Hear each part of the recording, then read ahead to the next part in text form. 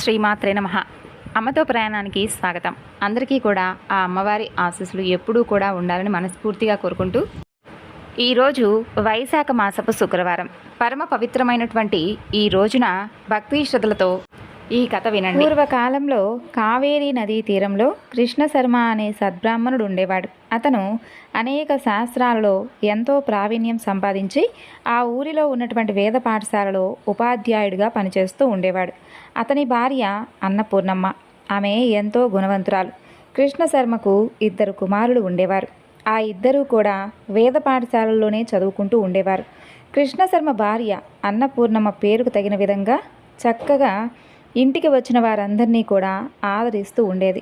ఏ సమయంలో వచ్చినా ఎవరైనా కానీ భోజనం పెట్టకుండా ఆవిడ బయటకు పంపించేది కాదు. అలా భార్యాభర్తలిద్దరికీ కూడా దయాగుణం ఉండడం వలన ఆ ఇంటికి వచ్చిన వారికి అతిథి మర్యాదలకు ఎప్పుడూ కూడా ఎలాంటి లోటు ఉండేది కాదు. ఏదైనా కానీ సలహాల నిమిత్తం కృష్ణశర్మ వద్దకు వచ్చిన వారికి కూడా అన్నపూర్ణమ్మ భోజనం పెట్టి పంపించేది. అలా రోజులు గడుస్తూ ఉండగా ఒకనాడు అన్నపూర్ణమ్మకు కుడికాలు చాలా నొప్పి చేస్తుంది. అడుగు తీసి అడుగు వేయడం కూడా కష్టంగా ఉంటుంది. అయితే ఊరిలో ఉన్నటువంటి వైద్యుడికి చూపిస్తే కొన్ని మందులు ఇస్తారు.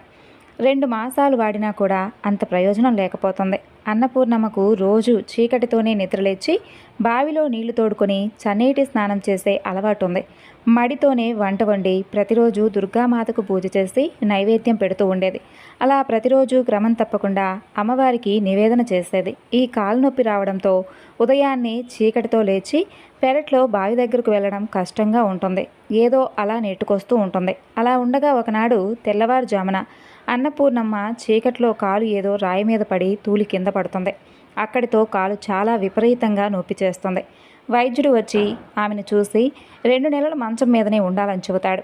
అన్నపూర్ణమ్మకు ఏమాత్రం పాలుపోదు. అలా మంచం మీద పడితే ఇంట్లో పనిచేసేది ఎవరు? భర్తకు, కుమారులకు వారి వారి పనులతోనే సరిపోతూ ఉండేది.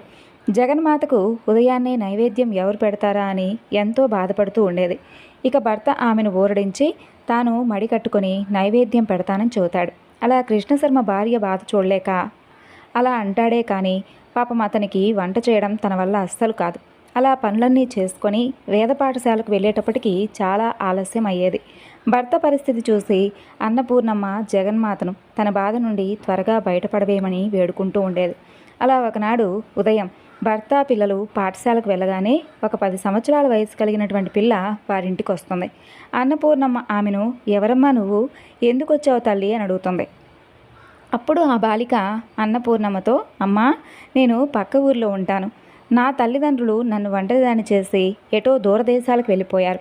నాకెవరూ కూడా దిక్కులేరు. మీరు కనుక కాస్త ఆశ్రయం ఇస్తే వారు తిరిగి వచ్చే వరకు మీ ఇంట్లోనే ఉంటానని చెబుతుంది. ఇక అన్నపూర్ణమ్మకు ఆ పిల్లను చూసి జాలి వేస్తుంది. ఎంతో చక్కగా చూడముచ్చటగా ఉన్నటువంటి ఆ పిల్లను ఇక్కడే ఉండవచ్చునని చెప్పి ఆమెకు అంగీకారం తెలియజేస్తుంది. ఇక భర్త కూడా ఏమీ అభ్యంతరం పెట్టడు. ఆ బాలిక ప్రతిరోజు ఉదయమే నిద్రలేచి ఇల్లంతా కూడా శుభ్రం చేసి చక్కగా తలంటు పోసుకొని వంట చేసేది. అమ్మవారికి నైవేద్యం పెట్టేది. అందరూ నిద్రలేచేటప్పటికే వంట పూర్తి చేసి సిద్ధంగా ఉంచేది. అంతేకాదు అన్నపూర్ణమ్మకు ఏది కావలసిన క్షణంలో తెచ్చిచ్చేది. కాలుకు రోజు మందు రాసేది. వేళకు మంచం వద్దకు భోజనం తెచ్చిచ్చేది. అన్నపూర్ణమ్మ ఆ బాలికను చూసి ఎంతో మురిసిపోయేది. అలా 1 నెల రోజుల్లోనే అన్నపూర్ణమ్మ చక్కగా కోలుకుంటుంది. నెమ్మదిగా మంచం దిగి పనులు చేసుకోవడం మొదలు పెడుతుంది. ఆ బాలిక వచ్చినటువంటి వేళ విశేషం వల్ల ఇదంతా జరిగిందని చెప్పి ఆ దంపతులు భావిస్తారు. ఇక ఆ రోజు రాత్రి భర్తతో, ఈ బాలికను ఎప్పటికీ మన వద్దే ఉంచుకొని ఆమెకు మనమే వివాహం చేద్దామండి అని చెబుతుంది. ఇక భర్త కూడా అందుకు సంతోషంగా ఒప్పుకుంటాడు.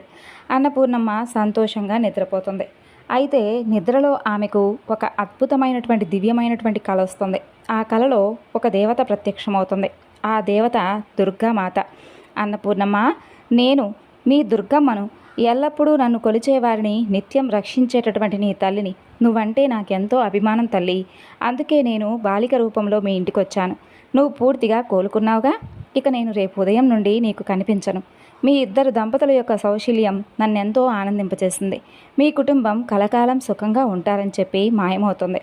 అలా మరునాడు నిద్రలేవగానే కలలో చెప్పిన విధంగా ఆ బాలిక కనిపించదు. అన్నపూర్ణమ్మ ఎంతో ఆశ్చర్యపోతుంది. ఓ జగన్మాత, నీ చేతనే నేను సేవ చేయించుకున్నానా తల్లి? నీ యొక్క వర్చస్సు చూసైనా సరే నేను గుర్తుపట్టలేకపోయానే. ఎంతటి మూర్ఖురాలను తల్లి! సృష్టి మొత్తం నీ సేవ కోసం పరితపిస్తుంటే నువ్వే నా దగ్గరకు కదలొచ్చి నాకే సేవ చేసావమ్మా. ఆహా, నా భాగ్యం ఏమని చెప్పాలి అంటూ ఆ తల్లిని ఎన్నో విధాలుగా స్తుతిస్తుంది. తరువాత కృష్ణశర్మ కుటుంబం అంతా కూడా దుర్గాదేవిని ఎప్పుడూ మర్చిపోకుండా ప్రతినిత్యము కూడా ఆ తల్లిని కొలుచుకుంటూ కలకాలం సుఖంగా జీవించి చివరికి ముక్తిని పొందారు. శ్రీశైల పుణ్యక్షేత్రానికి దగ్గరలో వీరభద్రాపురం అనే ఒక గ్రామం ఉండేది. ఆ గ్రామంలో రామయ్య అనే ఒక వడ్రంగి వారు ఉండేవాడు. అతను చిన్న చిన్న వడ్రంగి పనులు చేసుకుంటూ కాలం గడుపుతూ ఉండేవాడు. అతని భార్య పేరు సుమతి. రామయ్యకు చేదోడు వాదోడుగా ఉండేది. ఆ దంపతులకు తండ్రి నుండి వారసత్వంగా సంక్రమించినటువంటి ఇల్లు ఉండేది. దానిలో నివాసం ఉంటూ వచ్చిన దాంతో సంతృప్తి పడుతూ జీవిస్తూ ఉండేవారు. అయితే వారికి వివాహం జరిగి 12 సంవత్సరాలైనప్పటికీ సంతానం కలగలేదు. అయితే అదే వారికి ఉన్నటువంటి పెద్ద వెలితిగా ఉండేది. సంతానం కోసం సుమతి ఎన్నో పూజలు చేస్తుంది. అయినా ఏమాత్రం ఫలితం లేకపోతుంది. ఇది వారి మనసుల్లో ఎప్పుడు కూడా బాధగా ఉండేది. అలా రోజులు గడుస్తూ ఉండగా ఒకనాడు రామయ్య వడ్రంగి పని నిమిత్తం పొరుగురు కృష్ణాపురానికి వెళతాడు. అక్కడ ఒకరు కొత్త ఇల్లు కట్టిస్తూ వడ్రంగి పనంతా కూడా రామయ్యకు అప్పచెబుతారు. పని పూర్తయి గృహప్రవేశం జరిగేటటువంటి రోజు వస్తుంది. గృహప్రవేశానికి రామయ్య దంపతులను కూడా ఆ ఇంటి యజమాని ఆహ్వానిస్తాడు. ఆ రోజు ఇంటి దంపతులిద్దరూ దుర్గాదేవి యొక్క వ్రతాన్ని చేయడం సుమతి గమనిస్తుంది. ఆ వ్రతం తానెప్పుడూ కూడా చూడలేదు, విని కూడా ఉండలేదు. అదే విషయం ఆ ఇంటి యజమాని భార్యను అడుగుతుంది. అమ్మా, ఈ వ్రతం నేనెప్పుడూ కూడా చూడలేదు, అసలు ఈ వ్రతం పేరేమిటి అని అడుగుతుంది. అప్పుడు ఆమె, ఈ వ్రతం మా ఇంట్లో ఎప్పటి నుండో సాంప్రదాయంగా వస్తుందమ్మా. ఎవరైనా కానీ ఈ వ్రతం ఆచరిస్తే ఎన్నో శుభాలు జరుగుతాయి. ఇంటి యజమాని భార్య ఈ విధంగా చెబుతుంది. సుమతి ఆమె నుండి శుభదుర్గాదేవి యొక్క వ్రత విధానం అంతా కూడా వివరంగా తెలియజేయమని చెప్పి కోరుతుంది. ఆమె ఆ విధంగానే అమ్మవారి యొక్క వ్రత విధానం అంతా కూడా తెలియజేస్తుంది. కొన్ని రోజుల తర్వాత ఒక శుక్రవారం నాడు సుమతి శుభదుర్గాదేవి యొక్క వ్రతాన్ని భక్తి శ్రద్ధలతో ఆచరిస్తుంది. తనకు చక్కని సంతానాన్ని ప్రసాదించమంటూ ఆ జగన్మాతను వేడుకుంటుంది. తరువాత సంతానం కలిగిన తరువాత మరలా వ్రతం చేస్తానమ్మా అంటూ మనసులో అనుకుంటుంది. ఆ యొక్క వ్రత ఫలితంగా సుమతి ఆ తరువాత నెలలోనే గర్భం దాల్చి 9 నెలలు నిండగానే 12 కవల పిల్లలను కంటుంది. పిల్లలిద్దరికీ కూడా రామకృష్ణులని పేరు పెట్టుకుంటారు. పిల్లలిద్దరూ అల్లారు ముద్దుగా పెరిగి పెద్దవారై 3 సంవత్సరాల వయసుకు వస్తారు. ఇక సుమతి శుభదుర్గా వ్రతం చేయడం మర్చిపోతుంది. పిల్లలు పుట్టిన తర్వాత బంధువులందరినీ కూడా పిలిచి వైభవంగా వ్రతం చేస్తాను అనేటటువంటి సంకల్పం నెరవేర్చకుండా ఉన్నందుకు అమ్మవారికి కోపం వస్తుంది. 1 సంవత్సరం కాదు, 3 సంవత్సరాలైనా ఆమె ఆ వ్రతం చేసేందుకు సిద్ధంగా లేదు. అయితే సుమతిపై అమ్మవారికి ఆగ్రహం కలుగుతుంది. ఒకనాడు ఇంట బయట ఆడుకుంటున్నటువంటి పిల్లలిద్దరూ కూడా మాయమవుతారు. రామయ్య, సుమతి ఊరు మొత్తం కూడా ఎంత వెతికినా కనిపించరు. లేక కలిగినటువంటి సంతానం ఏమయ్యారో ఏమోనని చాలా బాధపడుతూ ఉంటారు. తాము ఏం పాపం చేసుంటామా అని ఎంతో కృంగిపోతారు. అప్పుడు సుమతికి గుర్తుకొస్తుంది. తాము శుభదుర్గాదేవి యొక్క వ్రతం చేయడం మర్చిపోయామే అని చెప్పి జ్ఞాపకం వస్తుంది. అందువల్లే పిల్లలు మాయమయ్యారేమో అని చెప్పి తెలుసుకుంటుంది. ఆ దంపతులిద్దరూ కూడా మరునాడు శుక్రవారమే ఎలాగైనా కానీ ఈ వ్రతాన్ని ఆచరించాలని చెప్పి ఆ దంపతులిద్దరూ కూడా అనుకుంటారు. ఇక వారి యొక్క బంధుమిత్రులందరికీ కూడా కబురు పెడతారు. పిల్లలు తప్పిపోయినందుకు మనసులో బాధపడుతూ రామయ్య, సుమతి దంపతులిద్దరూ కూడా మరునాడు శుక్రవారం ఉదయాన్నే లేచి దుర్గాదేవి వ్రతాన్ని ఎంతో భక్తి శ్రద్ధగా ఆచరిస్తారు. తమ పిల్లల జాడ తెలియజేయమంటూ ఆ తల్లిని వేడుకుంటారు. వ్రతం పూర్తయి నివేదన జరుగుతున్నటువంటి సమయంలో వారి దూరపు బంధువైనటువంటి జానకమ్మ అనే ఆవిడ 2 పిల్లలను తీసుకొని ఇంట్లోకి వస్తుంది. అక్కడ ఉన్నవారందరూ కూడా ఎంతో సంతోషిస్తారు. జానకమ్మ రామయ్యకు దూరపు బంధువు. ఆమె రామయ్యతో మాట్లాడుతూ, ఉదయాన్నే పక్క ఊరి గుడికి ఏదో పూజ నిమిత్తం కోసం వెళ్ళానురా. అక్కడ వెళ్ళి తిరిగి మరలా వచ్చేటప్పుడు ఇక్కడికి రావడానికి కాస్త నాకు ఆలస్యం జరిగింది. పక్క ఊరి నుండి వస్తూ ఉంటే ఒక చెట్టు కింద ఈ రామకృష్ణులు ఇద్దరూ కూడా కనిపించారని చెబుతుంది. రామయ్య దంపతుల యొక్క సంతోషానికి అవధులు లేకుండా పోతాయి. ఇక వారి పిల్లలు తిరిగి తొలగినందుకు వారెంతో సంతోషిస్తారు. మధ్యాహ్నం భోజనాలు అవగానే బంధువులందరూ కూడా వెళ్ళిపోతారు. జానకమ్మ కూడా తన ఇంటికి వెళ్ళబోతుంది. తమ పిల్లలను తిరిగి తీసుకొచ్చినందుకు రామయ్య దంపతులు ఆమెకు కృతజ్ఞతలు చెప్పి చీర రవిక ఇచ్చి బహుకరిస్తారు. అవి తీసుకొని జానకమ్మ ఆ దంపతులను ఆశీర్వదించి వెళ్ళిపోతుంది. ఇక ఆ దంపతులు ఇద్దరూ కూడా పిల్లలిద్దరితో కాసేపు కబుర్లు చెప్పి కాసేపు విశ్రమిస్తారు. ఇంతలో సాయంత్రం 5 గంటలు అవుతుంది. ఎవరో ఇంటి తలుపు కొడితే వెళ్ళి సుమతి తలుపు తీస్తుంది. జానకమ్మ మరలా తిరిగి వస్తుంది. సుమతి ఆమెతో, ఏమిటత్తా, ఏమైనా మర్చిపోయావా ఏమిటి, మరలా ఇలా వచ్చావు అని అడుగుతుంది. అప్పుడు ఆమె ఆశ్చర్యంగా, మరలా రావడం ఏమిటే, అసలు నేను వ్రతానికి వస్తే కదా, నిన్ననే వేరే ఊరు పని నిమిత్తం వెళ్ళాను, ఇప్పుడే ఇంటికి వచ్చాను. ఉదయం నువ్వేదో వ్రతం చేసుకుంటున్నావని చెప్పి తెలిసి ప్రసాదమైనా తీసుకుందాంలే అని చెప్పి ఇదిగో ఇలా వచ్చానని చెబుతుంది. అది విన్నటువంటి సుమతి ఆశ్చర్యపోతుంది. జరిగినటువంటి విషయం కూడా ఆమెకు అర్థమైపోతుంది. అంటే ఉదయం జానకమ్మ రూపంలో వచ్చింది సాక్షాత్తు దుర్గాదేవి అన్నమాట అని తెలుసుకుంటుంది. తల్లి, నేను నిన్ను గ్రహించలేకపోయాను.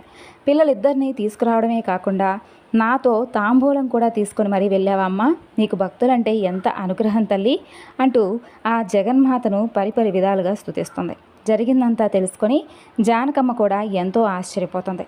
అప్పటి నుండి రామయ్య సుమతి దంపతులిద్దరూ కూడా ప్రతి నెల దుర్గాదేవి యొక్క వ్రతాన్ని చక్కగా ఆచరిస్తూ సుఖంగా కలకాలం జీవించారు. పూర్వం గోదావరి నదీ తీరంలో దుర్గాపురం అనే ఒక గ్రామం ఉండేది. ఆ ఊరిలో రాఘవయ్య అనే జమీందారు ఉండేవాడు. అతనికి ఎన్నో వ్యాపారాలు ఉండేవి. ఎంతో ధన సంపద, పశు సంపద ఉండేది. ఎన్నో పొలాలు ఉండేవి. రాఘవయ్యకు తాను ధనికుడిననేటటువంటి అహంకారం ఉండేది. ఎంతటి వారినైనా ఈ అహంకారమే కదా అదో పాతాళానికి తోసేసేది. అయితే అతని భార్య శ్రీదేవి మాత్రం ఎంతో సౌమ్యురాలు. ఎల్లప్పుడూ పూజల్లో మునిగి తేలుతూ ఉండేది. భర్తకు తెలియకుండా ఎన్నో దాన ధర్మాలు చేస్తూ ఉండేది.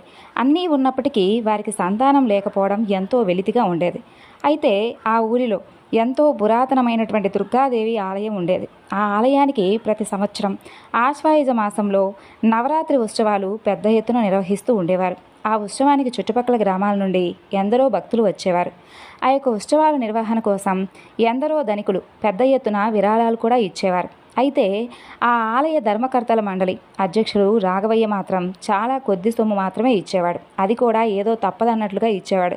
అతను అధ్యక్ష పదవిలో ఉండడం ఎవరికీ కూడా ఇష్టం లేకపోయినా ఊరిలో అందరికంటే ఎక్కువ ధనికుడు కావడం వలన అతన్నే ఎప్పుడూ అధ్యక్షుడిగా ఎన్నుకునేవారు.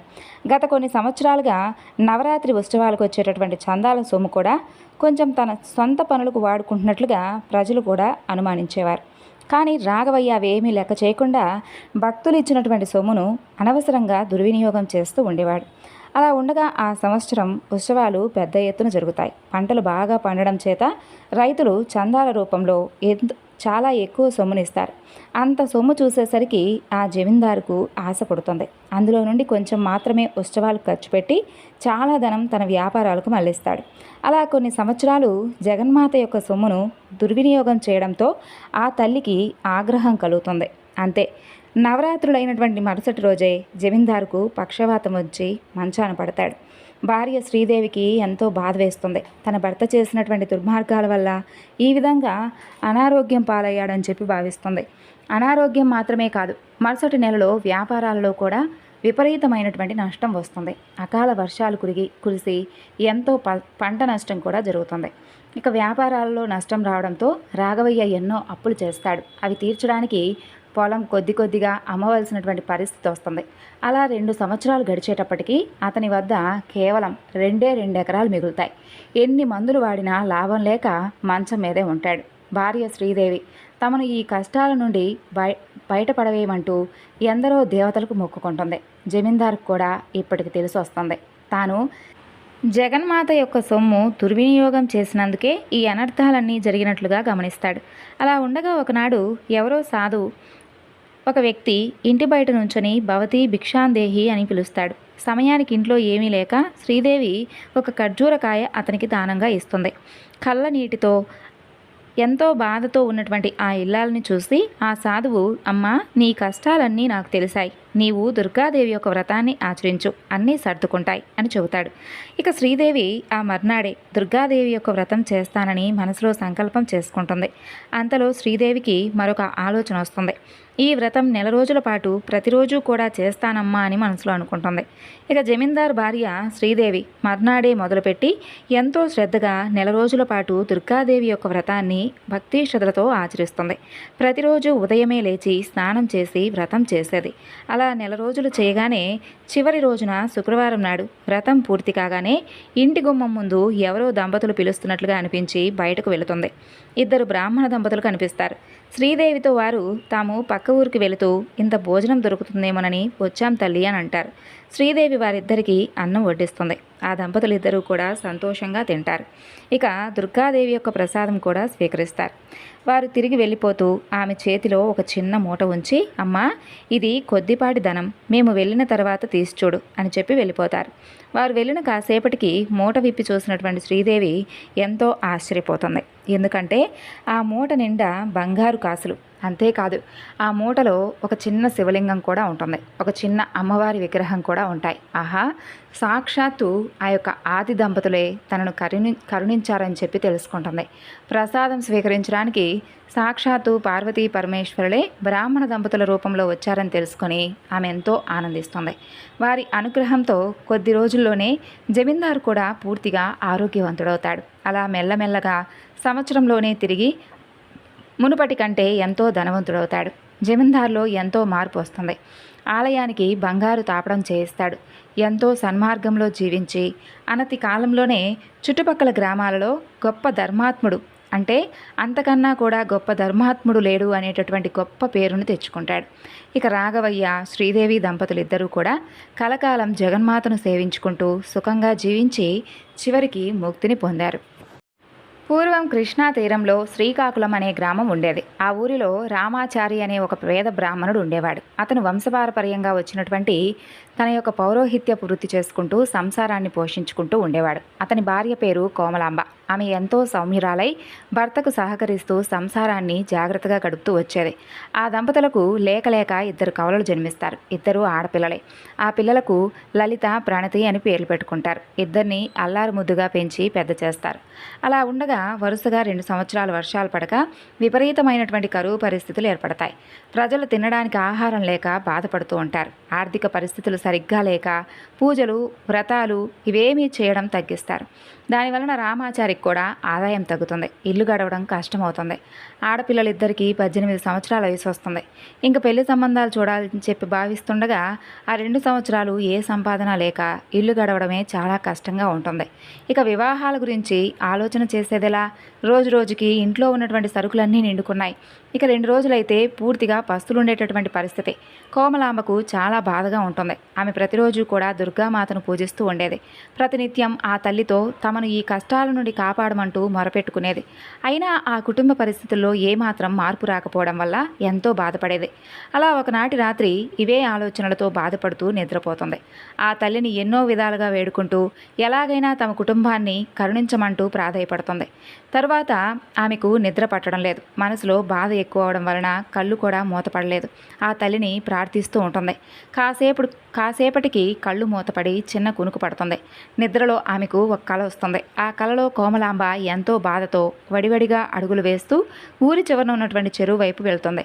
ఇక తనకు ఆత్మహత్య తప్ప ఇక శరణ్యం ఏదీ లేదని చెప్పి భావించి ఎంతో వేదనతో నడుస్తూ ఉంటుంది. అలా కొంత దూరం వెళ్ళగానే ఒక్కసారిగా ఆమె కంటి ముందు ఒక పెద్ద కాంతి వెలువడుతుంది. ఆ కాంతిలో ఒక స్త్రీమూర్తి అద్భుతమైనటువంటి సౌందర్యంతో వెలిగిపోతూ కనిపిస్తుంది. ఎన్నో దివ్య ఆభరణాలను ధరించి గొప్ప తేజస్సుతో ప్రకాశిస్తున్నటువంటి ఆమెకు కోమలాంబ అప్రయత్నంగానే చేతులు జోడించి నమస్కరిస్తుంది. అప్పుడు ఆ స్త్రీమూర్తి కోమలాంబతో ఇలా అంటుంది, అమ్మా కోమలాంబ, ఈ రోజుతో నీ కష్టాలు గట్టెక్కాయి. నీకు శుభదుర్గా వ్రతం అనే విశిష్టమైనటువంటి ఒక వ్రతాన్ని వివరిస్తున్నాను. నేనే దుర్గను, సర్వశుభాలను అనుగ్రహిస్తాను. నువ్వు ఇంటికి వెళ్ళి ఈ వ్రతాన్ని ఆచరించు. నీకు నీ కుటుంబానికి ఎన్నో శుభాలు జరుగుతాయని చెబుతుంది. అప్పుడు కోమలాంబ ఆ తల్లికి నమస్కరించి, జగన్మాత, నన్ను నా యందు దయ ఉంచి ఆ యొక్క వ్రత విధానం వివరంగా చెప్పండి అని వేడుకుంటుంది. అప్పుడు దుర్గామాత ఈ విధంగా చెబుతుంది, నేను ఇప్పుడు చెబుతున్నటువంటి దుర్గాదేవి వ్రతం చాలా తేలికైంది, నాకు ఎంతో ఇష్టమైనది. దీనిని ఆచరించిన వారికి సర్వ సౌభాగ్యాలు కలుగజేస్తాను, దేనికి లోటు లేకుండా చూసుకుంటాను, జీవితం శుభప్రదంగా గడిచేలా చేస్తాను, తలపెట్టినటువంటి కార్యాలన్నీ జయప్రదంగా జరుగుతాయి. ఈ వ్రతాన్ని స్త్రీలైనా పురుషులైనా ఎవరైనా ఆచరించవచ్చు. ఏ శుక్రవారం రోజైనా సూర్యోదయానికి ముందే లేచి శుచిగా స్నానం చేసి వ్రతాన్ని ఆరంభించాలి. ముందుగా అష్టోత్తర నామాలు పఠించాలి. తరువాత వ్రతంలో ఉన్నటువంటి కథలను చదవాలి. బియ్యం బెల్లం కలిపి చేసినటువంటి పాయసం నైవేద్యంగా పెట్టాలి. పూజా మందిరంలో కూర్చొని ఈ వ్రతాన్ని ఆచరించాలి. ఒక్కరుగా కానీ బంధుమిత్రులందరితో కలిసి కానీ ఈ వ్రతాన్ని ఆచరించవచ్చు. ఇక నా రూపాలైనటువంటి విజయదుర్గ, కనకదుర్గ, శైలపుత్రి, గౌరీదేవి ఇలా ఏ రూపపు పటమైనా ఎదురుగా ఉంచుకోవచ్చు. ఈ విధంగా వ్రతం పూర్తి చేసిన తర్వాత వెంటనే మీ ఇంట్లో ఎన్నో శుభాలు కలుగుతాయి. ఈ వ్రతం పూర్తయిన తర్వాత నేను ఆ ఇంటికి ఏదో ఒక రూపంలో వచ్చి ప్రసాదాన్ని స్వీకరిస్తాను. ఓ కోమలాంబ, రేపు శుక్రవారం, రేపే ఈ వ్రతాన్ని ఆచరించు, మీ కుటుంబానికి సర్వ సౌభాగ్యాలు కలుగుతాయని చెప్పి ఆ తల్లి అనుగ్రహిస్తుంది. ఇక కమలాంబ తెల్లవారుగానే తనకు వచ్చినటువంటి కళ గురించి తన భర్తకు చెబుతుంది. భర్త కూడా ఎంతో సంతోషిస్తాడు. వెంటనే కోమలాంబ శుభ్రంగా స్నానం చేసి పూజ గదిలో కూర్చుని దుర్గాదేవి వ్రతాన్ని ఆచరిస్తుంది. పాయసాన్ని నివేదిస్తుంది. పక్కింట్లో ఉన్నటువంటి స్నేహితులను పిలిచి భోజనం పెడుతుంది, తాంబూలం ఇస్తుంది. ఆ యొక్క వ్రత ప్రభావం వలన ఆ రోజు సాయంత్రం ఒక అద్భుతం జరుగుతుంది. పక్క ఊరిలో ఉన్నటువంటి జమీందారు ఒక పెద్ద గుడి కట్టిస్తున్నాడని, ఆ గుడికి పూజారిగా రామాచారిని నియమించానని చెప్పి కబురు పంపిస్తాడు. అంతేకాదు మరునాడే వచ్చి రామాచారిని గుడి నిర్మాణానికి సంబంధించినటువంటి విషయాలన్నీ చూడమని చెబుతాడు. దుర్గాదేవి అనుగ్రహం వలన ఆ జమీందారు రామాచారికి ఎంతో ఎక్కువగా జీతమిస్తాడు. అలా త్వరిత కాలంలోనే ఆ కుటుంబానికి ఉన్నటువంటి కష్టాలన్నీ తీరిపోతాయి. కుమార్తెలిద్దరికీ కూడా చక్కని వరులు దొరుకుతారు. వారి వివాహాలు కూడా చాలా చక్కగా జరుగుతాయి. ఇక ఆ కుటుంబం ప్రతి నెలా కూడా వీలున్నప్పుడల్లా శుక్రవారం నాడు దుర్గాదేవి యొక్క వ్రతాన్ని ఆచరిస్తూ సంతోషంగా జీవితాన్ని గడిపారు. సర్వం శ్రీ లలితార్పణమస్తు. స్వస్తి.